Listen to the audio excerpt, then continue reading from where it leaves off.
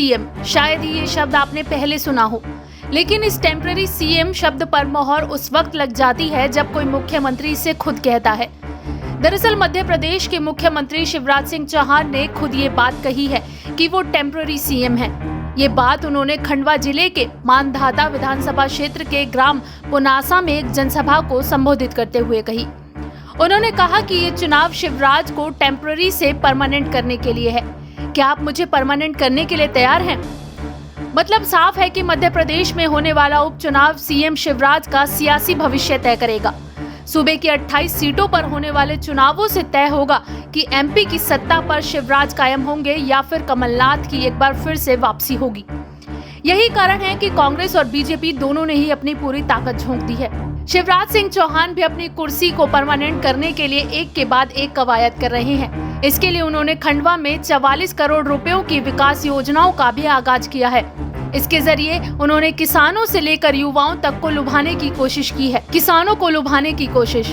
दरअसल एमपी की जिन 28 विधानसभा क्षेत्रों में उपचुनाव होने हैं, इनमें ज्यादातर सीटें ग्रामीण इलाके से आती हैं और खेती के कामों से जुड़े ज्यादा मतदाता हैं। यही वजह है कि शिवराज सिंह चौहान खुद को किसान हितैषी बताने के लिए एक के बाद एक फैसले ले रहे हैं। शिवराज सरकार ने प्राकृतिक आपदा से प्रभावित किसानों के खातों में मुआवजा राशि डाली है। किसानों को प्रधानमंत्री सम्मान निधि योजना की ही तरह राज्य के किसानों को 4,000 रुपए प्रति वर्ष अतिरिक्त सम्मान निधि देने का ऐलान किया गया है। इस तरह से किसानों को अब 10,000 रुपए सालाना मिलेगा। इसके अलावा किसानों को बिना ब्याज दर पर फसल ऋण उपलब्ध कराने की योजना की भी शुरुआत की गई है। इससे साफ है कि शिवराज सिंह चौहान किसानों को लुभाने का कोई भी मौका नहीं छोड़ना चाहते हैं। सरकारी नौकरी में 100% आरक्षण तो बहाना है, युवाओं को लुभाना है। उपचुनाव से पहले मुख्यमंत्री शिवराज सिंह चौहान ने युवाओं को साधने का दांव चला है। उन्होंने प्रदेश की सरकारी नौकरियों को सिर्फ और सिर्फ प्रदेश के युवाओं के लिए आरक्षित कर दिया है। शिवराज ने सरकारी नौकरी में एमपी के लोगों के लिए 100% आरक्षण देने का फैसला किया है। इसके अलावा शिवराज अधिकारियों को सरकारी विभागों में खाली पड़े पदों पर भर्ती का निर्देश भी दे चुके हैं। गृह, राजस्व, जेल, लोक निर्माण, शिक्षा, स्वास्थ्य और अन्य विभागों में खाली पड़े पद फौरन भरे जाएं। बता दें कि उपचुनाव वाले क्षेत्रों में युवा मतदाताओं की बड़ी भागीदारी है।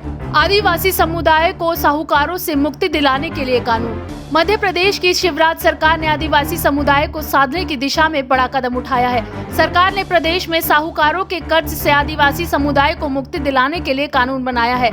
सरकार ने 15 अगस्त 2020 से पहले के सभी कर्ज आदिवासियों के माफ कर दिए हैं, जिन्हें साहूकार अब वसूल नहीं सकेंगे। इसके अलावा प्रदेश में बिना लाइसेंस के कोई साहूकार किसी व्यक्ति को कर्ज नहीं दे सकेगा और न ही उसकी वसूली कर सकेगा। सिर्फ रजिस्टर्ड साहूकार ही कर्ज दे सकेंगे। सरकार ने अनुसूचित जनजाति मुक्ति विधेयक और साहूकारी संशोधन विधेयक 2020 को भी पारित कराया है। ऐसे में अब कोई साहूकार दबाव डालता है तो उसके खिलाफ कानूनी कार्रवाई होगी। Gwalior Chambal express way project को मंजूरी। मध्य प्रदेश में 28 सीटों पर होने वाले उपचुनाव में 16 सीटें ग्वालियर चंबल इलाके की हैं। ये वही इलाका है जिसने 2018 के विधानसभा चुनाव में अपने नतीजों से बीजेपी के लगातार चौथी बार सत्ता में काबिज होने के सपने पर पानी फेर दिया था और कांग्रेस के वनवास को खत्म कर कमलनाथ को मुख्यमंत्री की कुर्सी तक पहुंचा दिया था। शिवराज अब इस इलाके पर कुछ खास मेहरबान हैं, जिसके तहत उन्होंने चंबल एक्सप्रेसवे के प्रोजेक्ट को मंजूरी दे दी है। एमपी के मुरैना से राजस्थान के कोटा तक 352 किलोमीटर लंबा एक्सप्रेसवे बनाया जाना है। चंबल एक्सप्रेसवे से 3 राज्य मध्य प्रदेश, उत्तर प्रदेश और राजस्थान को आपस में जोड़ा जाएगा। ये एक्सप्रेसवे 8 लेन का होगा जो चंबल नदी के किनारे बनेगा।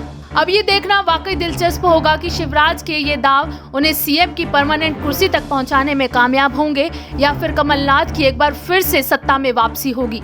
अगर आपको हमारा ये वीडियो पसंद आया हो तो इसे लाइक, शेयर एंड कमेंट जरूर करें और हाँ, हमारे चैनल SPN9 न्यूज को भी जरूर सब्सक्राइब करें।